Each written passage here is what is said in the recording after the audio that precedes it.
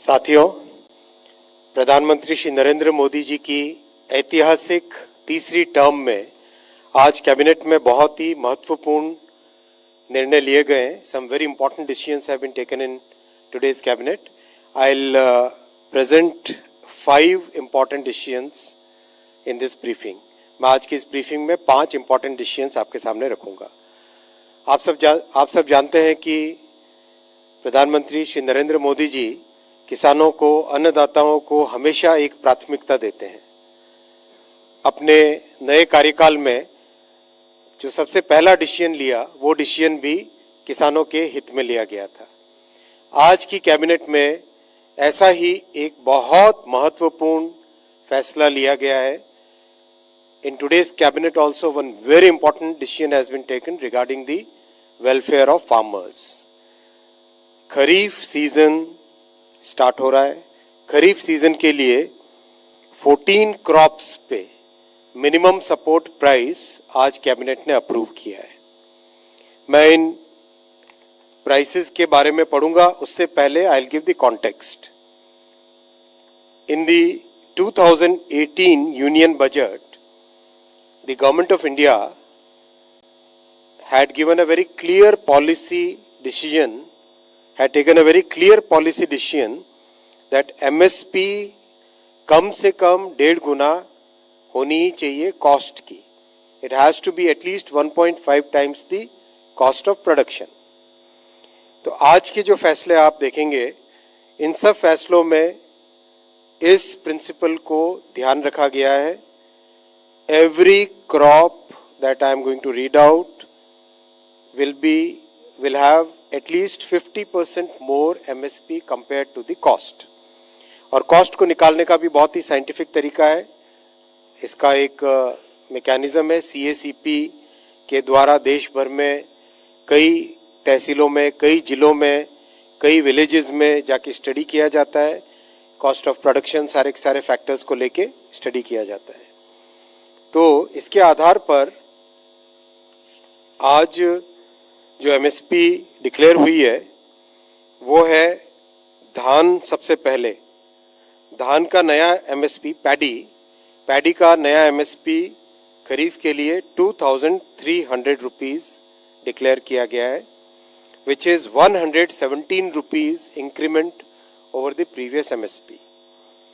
आप इसको 2300 को अगर आप कॉन्टेक्स्ट में देखना चाहोगे, दैट इज अगर 2013-14 का जो प्राइस था, दैट प्राइस वाज 1310 रुपीज, 1310.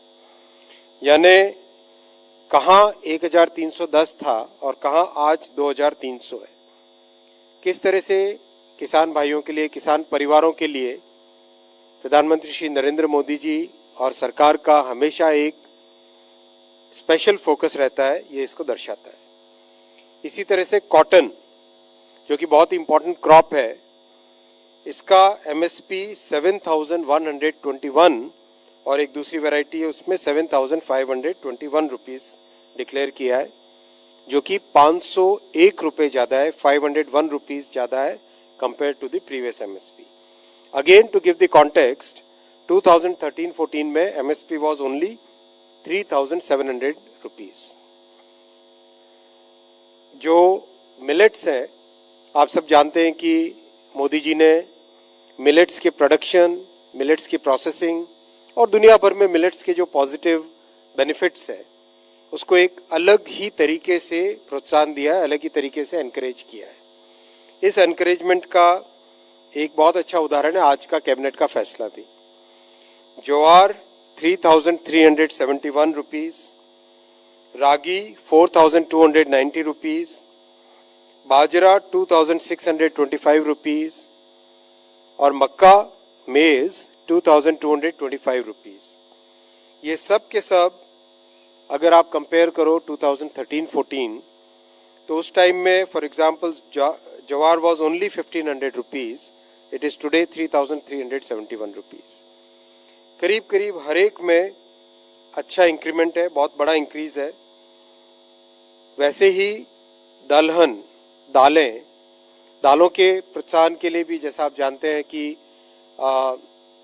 हमारी सरकार की प्राथमिकता है कि दाल में और ऑयल में, एडिबल ऑयल में, इन दोनों में आत्मनिर्भर बनने के लिए पूरे प्रयास करने हैं और उसके लिए कई तरह के नए नए इनिशिएटिव्स लिए गए हैं।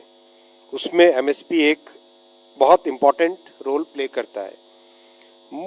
मूंग की एमएसपी डिसाइड हुई है 8,682 रुपीस। तूर की एमएसपी है 7,550, ये पिछले एमएसपी से 550 रुपये ज़्यादा है। उड़द की हुई है 7,400 रुपीस, जो कि पिछले एमएसपी से 450 रुपये ज़्यादा है। आप देखेंगे करीब करीब हर एक फसल में एमएसपी पहले के कंपैरिजन में सिग्निफिकेंटली ज़्यादा है। इसी तरह से ऑयल सीड्स में सबसे पहले सीसमम यानी तिल 9,267 रुपीज़, ये पिछले एमएसपी से 632 रुपये ज़्यादा है, 632 रुपीज़ ज़्यादा है। ग्राउंडनट मूंगफली का तेल 6,783, 6,783। राम तिल एक छोटी कमोडिटी है लेकिन बहुत इंपॉर्टेंट कमोडिटी है। बहुत सारे ट्राइबल एरियाज में इसका अच्छी ग्रोथ होती है। नाइजर सीड कहते हैं इंग्लिश में, हिंदी में राम तिल 8,717, ये भी 983 रुपीज़ इंक्रीज किया गया है। Sunflower 7,280, soybean 4,892 rupees. तो हर एक में सिग्निफिकेंट इंक्रीज किया गया है। और आप जानते हैं कि नेफेड की एक बहुत अच्छी ऐप बनी है जिसमें कोई भी दलहन यानी दाल या तिलहन यानी ऑयल सीड और मक्का यानी मेज, इसकी खरीदी सुनिश्चित करने के लिए नेफेड की बहुत अच्छी ऐप है। इस ऐप से किसानों के लिए अपने प्रोड्यूस को बेचना बहुत आसान हो जाता है। साथ ही साथ एक बहुत बड़ा इनिशिएटिव चल रहा है 2 लाख गोडाउन बनाने का। 2 लाख गोडाउन बनाने का देश भर में काम चल रहा है। देखिए, प्रधानमंत्री श्री नरेंद्र मोदी जी की तीसरी टर्म बहुत ही महत्वपूर्ण फैसलों वाली टर्म है। पहली 2 टर्म्स में बहुत अच्छा एक बेस बना है इकोनॉमी का, किसानों के वेलफेयर का। अब उसके आधार पर, उस बेस पर एक बहुत अच्छी ग्रोथ, बहुत अच्छी जंप ली जा सकती है क्योंकि बेस बहुत मजबूत बना है। ये कंटिन्यूटी विद चेंज का पॉलिसी है। कंटिन्यूटी विद चेंज, कंटिन्यूटी है किसानों पे फोकस, कंटिन्यूटी है कि किसानों के हर इनपुट पे ध्यान देना। जैसा आप जानते हैं दुनिया भर में फर्टिलाइजर की कॉस्ट 3,000 रुपये पर बैग के हिसाब से हो गई थी, लेकिन मोदी जी ने throughout the disruption caused by Covid and the Russia Ukraine conflict, despite all that, fertiliser की प्राइस को भारत में कम रखा। ये बहुत बड़ी उपलब्धि है और देश भर में, दुनिया भर में इस चीज़ पे आश्चर्य करते हैं कि जहां दुनिया में 3-3 हज़ार रुपये कॉस्ट चली गई थी, 300 पे रखा गया भारत में। और हमारे किसान भाई भी इसको मानते हैं, हमारे राजनीतिक क्षेत्र में सभी कार्यकर्ता भी इसको समझते हैं। तो एक तरीके से जो खेती से रिलेटेड पूरा जो फ्रेम है, इसमें हर एक पॉइंट पे, बीज से बाजार तक, हर एक पॉइंट पे एम्फेसिस दिया गया है, हर एक पॉइंट पे वैल्यू एडिशन का ध्यान रखा गया है। तो ये जो 2 लाख गोडाउन का अभियान जो चल रहा है, इससे किसानों को अपने प्रोडक्ट को सफिशिएंट टाइम तक, जब तक वो चाहे तब तक उसको स्टोर कर सके। और ये सारा का सारा कोऑपरेटिव सेक्टर में बन रहा है, कंप्लीटली कोऑपरेटिव सेक्टर में बन रहा है। जो प्राइमरी एग्रीकल्चर कोऑपरेटिव सोसाइटीज होती है, जो कि एकदम जिले से भी नीचे पंचायत के स्तर पे होती है, उसमें ये सब बन रहा है। यानी मिनिमम ट्रांसपोर्टेशन से अपने प्रोड्यूस को ठीक जगह पे रख सकें, टाइमली स्टोर कर सकें, साइंटिफिक वे में उसको प्रोसेस कर सकें, और जब ठीक टाइम हो, जब अपनी चॉइस हो, उस चॉइस के हिसाब से मार्केट में ले जा सके। साथियों, इस पूरे आज के फैसले से किसानों के पास करीब करीब 2 लाख करोड़ रुपए किसानों के एमएसपी के एवज में जाएंगे किसानों के खातों में. This is 35,000 crore rupees more than the previous season. 2 lakh crore rupees will be the total financial implication of the MSP, and this is going to be a very significant improvement in farmers' income. मैं इस point के बाद में next point पे आता हूँ, और next point infrastructure से रिलेटेड है. आप सब जानते हैं कि 10 वर्षों में मोदी जी ने इंफ्रास्ट्रक्चर पे बहुत फोकस ध्यान देके, बहुत ही फोकस्ड वे में ध्यान देकर एक नया पैरामीटर, नया पैमाना, एक नया लेवल क्रिएट किया है इंफ्रास्ट्रक्चर के कंस्ट्रक्शन का.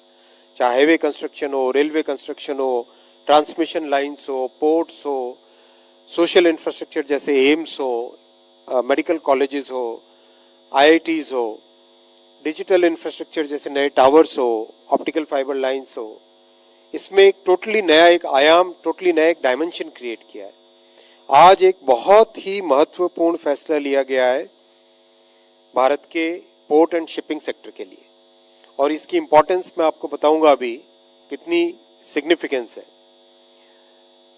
महाराष्ट्र में दहानू तालुका में पालघर जिले में वधावन पोर्ट, ये पोर्ट इतना इम्पोर्टेंट पोर्ट है. इस पोर्ट का आज अप्रूवल हुआ है. 76,200 करोड़ रुपीस का प्रोजेक्ट है. ये 76,200 करोड़ रुपीस का प्रोजेक्ट है. इस प्रोजेक्ट की सबसे बड़ी इंपॉर्टेंस आप समझें अगर, आज पूरे देश में करीब करीब 20 मिलियन TU कंटेनर की जो कैपेसिटी होती है, 20 मिलियन TU कैपेसिटी है. उसके कंपैरिजन में इस अकेले वधावन पोर्ट में कंटेनर की जो नई कैपेसिटी क्रिएट की जाएगी वो है 23 मिलियन TU कंटेनर्स. मतलब पूरे देश की जितनी कैपेसिटी है आज, उसके बराबर और उससे ज़्यादा कैपेसिटी एक अकेले वधावन पोर्ट में क्रिएट की जाएगी. बहुत ही सिग्निफिकेंट है देश की ट्रेड के लिए, एक्सपोर्ट के लिए, इंपोर्ट के लिए, और देश में रोजगार की सृष्टि के लिए. ये ये टर्मिनल मेगा पोर्ट बनेगा. टोटल इसकी कैपेसिटी होगी 298 मिलियन टन्स. 298 million turns. इसकी एक बहुत नेचुरल एडवांटेज है. पोर्ट की सबसे बड़ी इंपॉर्टेंस होती है कितनी डेप्थ मिलती है. डेप्थ को टेक्निकल भाषा में कहते हैं ड्राफ्ट. कितना ड्राफ्ट मिलता है, यानी कितनी गहराई मिलती है. जितनी गहराई मिले उतनी बड़ी शिप उस पोर्ट में आ सकती है. कम गहराई है तो छोटी शिप आ पाएगी, ज्यादा गहराई है तो बड़ी शिप आ पाती है. जहां नेचुरल गहराई होती है, नेचुरल ड्राफ्ट होता है, that place requires less dredging, यानी less maintenance, less operation cost. Vadhavan Port is one of those very significant natural sites on the west coast of India where the natural draft is 20 meters. Natural draft 20 meters is a very, very significant parameter for developing a new port. One more thing I would like to emphasize is, इस port के पूरे construction process में, approval process में massive consultation हुआ है. एक एक stake holder के साथ बातचीत हुई है, उनके व्यूज लिए गए, उनके कंसर्न्स को एड्रेस किया गया है. बहुत सारे डिजाइन चेंजेस लोकल पॉपुलेशन की नीड्स को ध्यान में रखते हुए किए गए. जैसा आपने देखा, इंफ्रास्ट्रक्चर क्रिएट करने में केवल बात पोर्ट की नहीं रहती है. इसमें साथ ही साथ इतना बड़ा इकोनॉमिक एक्टिविटी का एक स्फेयर बन जाता है जिसमें मैन्युफैक्चरिंग, लॉजिस्टिक्स, कई तरह की एक्टिविटीज बढ़ती है. इस पोर्ट से एस्टिमेट किया जा रहा है कि करीब 12 लाख एम्प्लॉयमेंट जनरेट होगा. करीब 12 lakh employment opportunities will be created by this port. This is going to be a mega terminal and this will be an integral part of the IMEC corridor. जो India middle east corridor है उसका एक integral part ये port होगा. इस port की railway connectivity और highway connectivity port की डिजाइन के साथ ही इंटीग्रेट की गई है. रेलवे करीब करीब 12 किलोमीटर दूर है पोर्ट से और हाईवे थोड़ा सा उससे ज़्यादा है और ये डेडिकेटेड फ्रेट कॉरिडोर के साथ लगा हुआ पोर्ट है. सो पोर्ट का जो सबसे बड़ी एडवांटेज होती है दो होती है. एक होती है डेप्थ, दूसरा होता है हिंटरलैंड के साथ कनेक्टिविटी. तो इसमें हिंटरलैंड के साथ जो कनेक्टिविटी है वो सीमलेस कनेक्टिविटी होगी. 12 किलोमीटर दूर डेडिकेटेड फ्रेट कॉरिडोर. तो अपने आगामी समय में इकोनॉमिक एक्टिविटी, इकोनॉमिक ग्रोथ के लिए Vadhavan port will be a major multiplier impact रहेगा. इसका बहुत बड़ा माइलस्टोन है इस प्रोजेक्ट को आज अप्रूव करना. इस प्रोजेक्ट की शुरुआत करीब 60 साल पहले हुई थी. इस प्रोजेक्ट को कंसीव किया गया था 60 साल पहले. लेकिन ये मोदी जी का फोकस है कि वो दूर की सोच के बहुत ही एक विजन के साथ, बहुत क्लैरिटी के साथ आगे का भविष्य की क्या रिक्वायरमेंट्स होगी उन रिक्वायरमेंट्स को ध्यान में रखते हुए फैसला करते हैं. इसमें 9 कंटेनर टर्मिनल्स रहेंगे जिसमें मेगा वेसल्स आएंगे, मेगा कंटेनर वेसल्स आएंगे. वेसल यानी शिप, मेगा कंटेनर शिप्स इसमें आएंगी.